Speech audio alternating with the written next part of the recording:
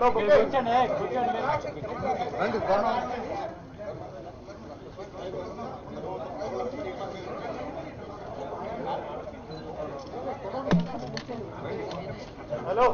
కూర్చోవయ్యా.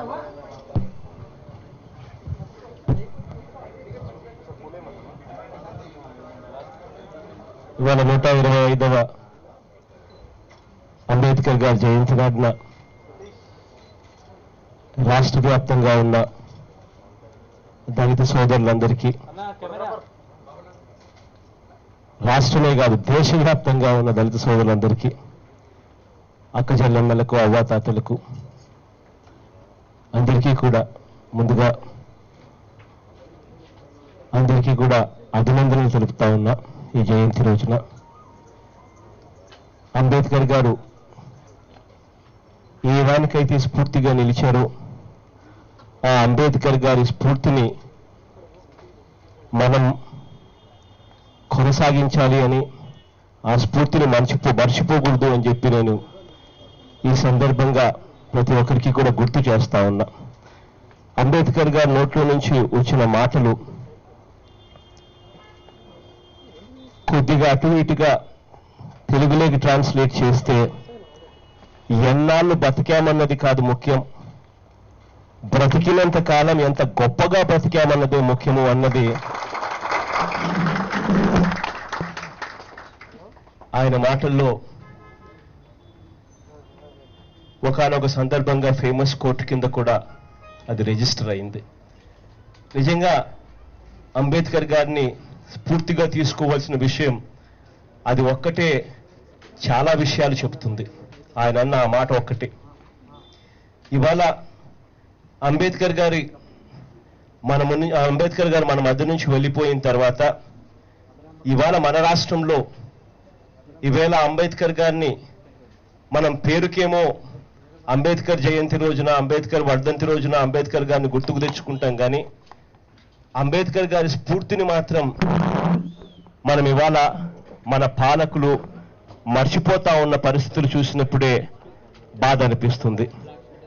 ఇవాళ నేను అంబేద్కర్ గారి జయంతి రోజున అంబేద్కర్ గారి స్ఫూర్తిని కనీసం పాలకులు ఇప్పటికైనా కానీ మర్చిపోకుండా ఇంప్లిమెంట్ చేయాలని చెప్పి నేను కోరుతా ఉన్నా.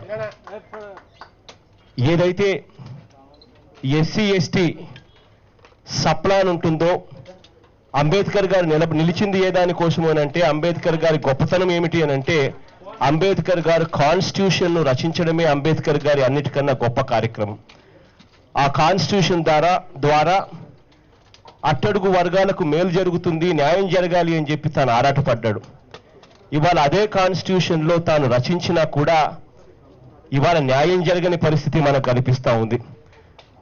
కాన్స్టిట్యూషన్ ప్రకారం, అంబేద్కర్ గారు రచించిన కాన్స్టిట్యూషన్ ప్రకారం ఎస్సీల జనాభా, ఎస్టీల జనాభా ప్రకారం ప్లాన్ నిధుల్లో వాళ్ళ జనాభా ప్రకారం వాళ్ళకు ఖచ్చితంగా నిధులు కేటాయించడమే కాకుండా ఖచ్చితంగా ఖర్చు చేయాలి అని చెప్పి చట్టబద్ధత తీసుకొని వస్తే, ఇవాళ అదే చట్టసభల్లో ఎస్సీ సప్లాన్ నిధులను ఖర్చు చేయకుండా నీరు కారుస్తా ఉన్నారు, కాన్స్టిట్యూషన్ అవహేళన చేస్తూ.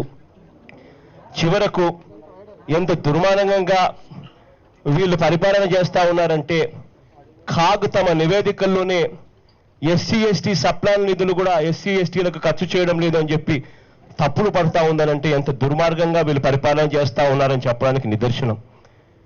అదేవిధంగా ఎస్టీలకు సంబంధించి అదే కాన్స్టిట్యూషన్ ప్రకారం హక్కు కల్పిస్తూ ట్రైబ్స్ అడ్వైజరీ కమిటీ వేయాలి.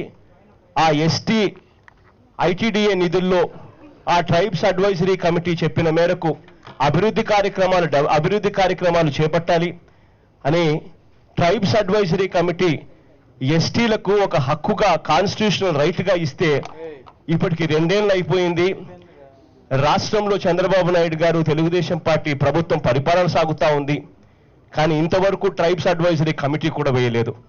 కారణం ఏమిటి అనంటే, ట్రైబ్స్ అడ్వైజరీ కమిటీలో 3/4 సభ్యులు ఆ ట్రైబ్స్కు సంబంధించిన ఎమ్మెల్యేల కాన్స్టిట్యున్సీల నుంచి ఎమ్మెల్యేలుగా ఎన్నికైన వారు ఉండాలి. ఆంధ్ర రాష్ట్రంలో 7 అసెంబ్లీ సెగ్మెంట్లు ట్రైబ్స్కు సంబంధించినవి ఉంటే అందులో 6 వైఎస్ఆర్ కాంగ్రెస్ పార్టీ అభ్యర్థులు గెలిచారు అని చెప్పి చివరకు చంద్రబాబు నాయుడు గారు ఆ ట్రైబ్స్ అడ్వైజరీ కమిటీ వేయడమే మానేసిన పరిస్థితి, ఇవాళ కాన్స్టిట్యూషన్ అవహేళన చేస్తూ వేయడమే మానేసిన పరిస్థితి కూడా మనం చూస్తా ఉన్నాం. ఈ రకంగా సప్లాన్ నిధులు అయితేనేమి, ట్రైబ్స్ అడ్వైజరీ కమిటీ ఏకపోవడం అయితేనేమి, చంద్రబాబు నాయుడు గారు ఇంత దారుణమైన కార్యక్రమాలు చేస్తూ ఉంటే తన అంతరంగాన్ని తాను క్వశ్చన్ చేసుకోవాలి. తాను న్యాయం చేస్తా ఉన్నాడా, ఎస్సీ ఎస్టీల పక్షాన్ని తాను నిలబడి ఉన్నాడా అన్నది తన అంతరంగాన్ని తాను మనస్సాక్షిని పరిశీలించుకోవాలి. ఇవాళ దేశవ్యాప్తంగాను రాష్ట్ర వ్యాప్తంగాను మరి ముఖ్యంగా ప్రతి ఒక్క దళితుడు కూడా ఇవాళ అడుగుతా ఉన్నది ఏమిటి అని అంటే, కేవలం మేము క్రైస్తవ మతాన్ని తీసుకున్నాం కాబట్టి మాకు ఎస్సీ సర్టిఫికెట్లు ఇవ్వకపోవడం ఎంత మటుకు ధర్మం అని చెప్పి ఇవాళ ప్రతి దళితుడు అడుగుతా ఉన్నాడు. వాస్తవమే, నిజంగా డెమోక్రసీ వచ్చింది, 60 ఏళ్ళ స్వతంత్రం వచ్చిన తర్వాత మనం నిజంగా దళితుల పక్షాన ఉన్నామా అని చెప్పి ఒకసారి ఆలోచన చేయాల్సిన అవసరం ఉంది.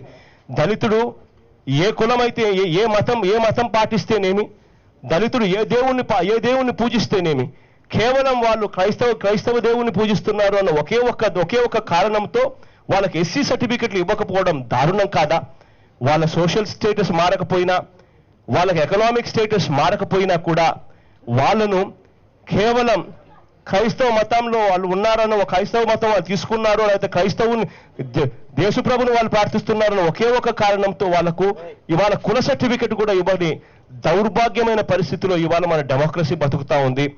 ఇదే రాష్ట్రంలో ఉన్న ముఖ్యమంత్రి కళ్ళ ముందరనే ఇది జరుగుతా ఉన్నా కూడా దాని మీద నోరెత్తని పరిస్థితులు ఇవాళ కనిపిస్తా ఉన్నాయి. ఇవన్నీ పరిస్థితులు మారాలి. చివరికి చంద్రబాబు నాయుడు గారి మైండ్ సెట్ కూడా మారాలి, ప్రభుత్వం మైండ్ సెట్ కూడా మారాలి.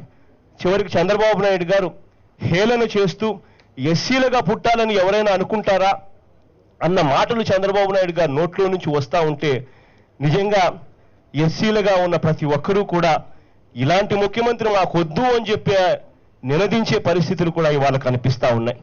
ఈ పరిస్థితుల నుంచి చంద్రబాబు నాయుడు గారి మైండ్ సెట్ పూర్తిగా మారాలి. చంద్రబాబు నాయుడు గారికి ఒక్కటి చెప్పాలి, ఇలా చంద్రబాబు నాయుడు గారు వర్ధంతి రోజు జయంతి రోజు 125 అడుగుల విగ్రహానికి పూలమాల వేసి 125 అడుగుల విగ్రహానికి తాను పూలమాల వేస్తే సరిపోదు. చంద్రబాబు నాయుడు గారికి ఒక రోగం ఉంది. అదేమిటి అంటే, చంద్రబాబు నాయుడు గారికి అవసరం వచ్చినప్పుడు అదే మనుషులకే ఫోటోలకు దండేస్తాడు, విగ్రహాలకు దండేస్తాడు, ఎన్నికలకు పోతాడు. అదే చంద్రబాబు నాయుడు గారు నైజం ఎలాంటిది అని అంటే, ఎన్టీ రామారావు గారిని వెన్నుపోటు పొడిచిన వ్యక్తి కూడా అదే చంద్రబాబు నాయుడు గారి. కానీ ఎన్నికలు వచ్చినప్పుడు మళ్ళీ అదే ఎన్టీ రామారావు గారి ఫోటోని తీస్తాడు, విగ్రహానికి దండేస్తాడు, మళ్ళీ ఎన్నికలకు పోతాడు. ఇప్పుడు కూడా అంతే. ఒకవైపున అంబేద్కర్ గారిని స్ఫూర్తిని కాలరాస్తాడు, ఎస్సీ ఎస్టీలకు తీరని అన్యాయాలు చేస్తాడు, పేదవాడికి అన్యాయం. మళ్ళీ ఇదే చంద్రబాబు నాయుడు గారు అవన్నీ ఒకవైపున చేస్తూ మరోవైపున ఇటువంటి జయంతి రోజు వర్ధంతి రోజు విగ్రహాలకు దండేసి తానే వాళ్ళ కోసం పోరాటం చేస్తా ఉన్నట్టుగా ఒక పోజ్ ఇస్తాడు. అది చంద్రబాబు నాయుడు గారికి ఉన్న ఒక దౌర్భాగ్యమైన రోగం. ఈ చంద్రబాబు నాయుడు గారి అబద్ధాలు మోసాలు వల్ల ఇవాళ ప్రజలందరూ కూడా అతలాకుతలం అవుతా ఉన్న పరిస్థితులు. ఇవాళ చంద్రబాబు నాయుడు గారు పాలన చూసి ప్రజలంతా హేమించుకుంటున్న పరిస్థితులు. అటువంటి పరిస్థితుల్లో ప్రజల తరపున నోరు విప్పాల్సిన ఎమ్మెల్యేలను చివరకు ప్రతిపక్షం అన్నదే లేకుండా చేయాలి, ప్రజల గొంతు వినపడకుండా చేయాలి, బాధపడతా ఉన్న ప్రజల గొంతు వినపడకుండా చేయాలని ఎమ్మెల్యేలకు సైతం కాన్స్టిట్యూషన్లోనే యాంటీ డిఫెక్షన్ లా అన్నది కాన్స్టిట్యూషన్లో 10th షెడ్యూల్ కింద ఒక చాప్టర్ కింద చేర్చిన యాంటీ డిఫెక్షన్ లాను కూడా ఇవాళ చంద్రబాబు నాయుడు గారు తూట్లు పొడుస్తూ వేరే పార్టీ మీద గెలిచిన ఎమ్మెల్యేలకు కండువాలు కప్పుతూ తన పార్టీలోకి చేర్చుకుంటే పోనీ తప్పు లేదు, కాదని కూడా మనం కనీసం చేర్చుకునేసరికి వాళ్ళ చేత రాజీనామా చేయించి చేర్చుకుంటే తప్పు కాదు. లేదా వాళ్ళను కండువా వేసినప్పుడే వాళ్ళని డిస్క్వాలిఫై చేసి చేర్చుకుంటే తప్పు లేదు. కానీ చంద్రబాబు నాయుడు గారు ఇవాళ ఏం చేస్తా ఉన్నాడు అని అంటే, ప్రజల తరపున మాట్లాడవలసిన ఈ ఎమ్మెల్యేల గొంతు నొక్కేస్తా ఉన్నాడు. ప్రజల తరపున, పేదవాడి తరపున పేదవాడి గొంతును నొక్కే కార్యక్రమంలో భాగంగా ఈ ఎమ్మెల్యేలను కొనుగోలు చేస్తా ఉన్నాడు. ఈ ఎమ్మెల్యేలను కొనుగోలు చేస్తూ వాళ్ళ ఎమ్మెల్యే పదవులకు వాళ్ళ చేత రాజీనామా చేయించడు, వాళ్ళను డిస్క్వాలిఫై చేయడు. చివరకు వాళ్ళను డిస్క్వాలిఫై చేసి వాళ్ళను రాజీనామా చేయించి ప్రజల దగ్గరికి మళ్ళీ తీసుకొని పోయి వాళ్ళ చేత తిరిగి ఓటేయించి తీసుకొని రాగలుగుతాము అన్న నమ్మకం చంద్రబాబు నాయుడు గారి పరిపాలన మీద తనకే లేని పరిస్థితి ఇవాళ మనం మన రాష్ట్రంలో చూస్తా ఉన్నాం. ఇటువంటి దారుణమైన పరిపాలన చంద్రబాబు నాయుడు గారు చేస్తా ఉన్నారు. కాన్స్టిట్యూషన్ను పూర్తిగా అవహేళన చేస్తూ ఇవాళ పరిపాలన సాగిస్తా ఉన్నాడు. ఈ చంద్రబాబు నాయుడు గారికి గట్టిగా బుద్ధి రావాలని దేవుణ్ణి ప్రార్థిస్తూ మనమంతా కూడా చంద్రబాబు నాయుడు గారికి బుద్ధి వచ్చే విధంగా అడుగులు వేయాలని చెప్పి కూడా గట్టిగా కోరుకుంటూ మరొకసారి జయంతి సందర్భంగా అందరికీ కూడా హృదయపూర్వకంగా అభినందనలు తెలుపుతూ సెలవు తీసుకుంటా ఉన్నాం.